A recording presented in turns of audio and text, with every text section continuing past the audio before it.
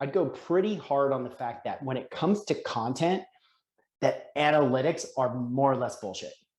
Like Yeah. analytics don't tell the story, but marketers rely on analytics to report back on the success of something. And I'm like, that's not the case Yeah. with content. There's just like way too many things, too many variables that you can't measure. It's all qualitative. Does a candidate say they like it or not? Did it help them in the process? Yes or no? That kind of stuff is like you get feedback. The quick example to delineate that point for anyone who doesn't quite, if they're not following along, if you take someone who regularly creates content that's actually insightful and interesting and maybe very technical, or something that gets really detailed and has a very loyal following, but is kind of niche, versus someone who literally just posts memes all day and stuff that everyone agrees with and kid pics. The second example is going to get way more engagement, way more audience, way more. The first example is going to have a much smaller audience and smaller reach, but is going to actually like get people on board to buy their product or join their company or whatever. Right. That's why it's such a massive difference, and why like when people talk about analytics, like when they're saying analytics are bullshit for content, it's because they really are. It's more about the value that gets you to the result as opposed to just clicks. So. Yes. Yeah. And so, within the context of like the stuff that we do, we create content for recruiting teams. So a lot of our customers will have asked us, over the years about analytics. And we're kind of like, I don't know what, you're the one using the content. We're the ones creating it. You're the ones using it. What kind of feedback are you getting? That's the real story there, Mm-hmm.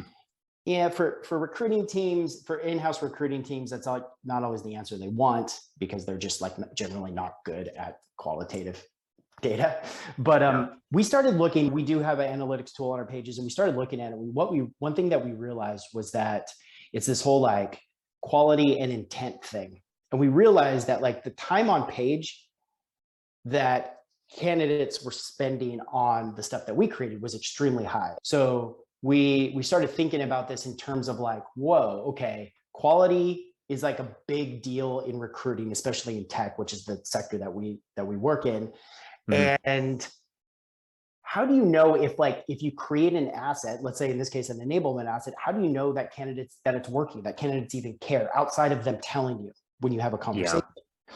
So we're like, if they're spending a lot of time consuming this content, which you can measure, that's a good indicator that the stuff you're making is working, that people actually are spending time there purely from like a metrics or from like a numbers perspective.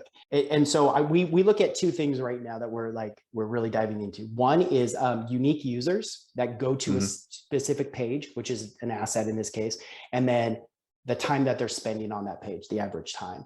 And the interesting thing, and this is kind of like a Chris Walker thing that he's talked about like in the past, which is when you start doing things in a certain way, the intention is actually for volume to go down, because you're narrowing more and more in on the target person that you're actually looking to bring in.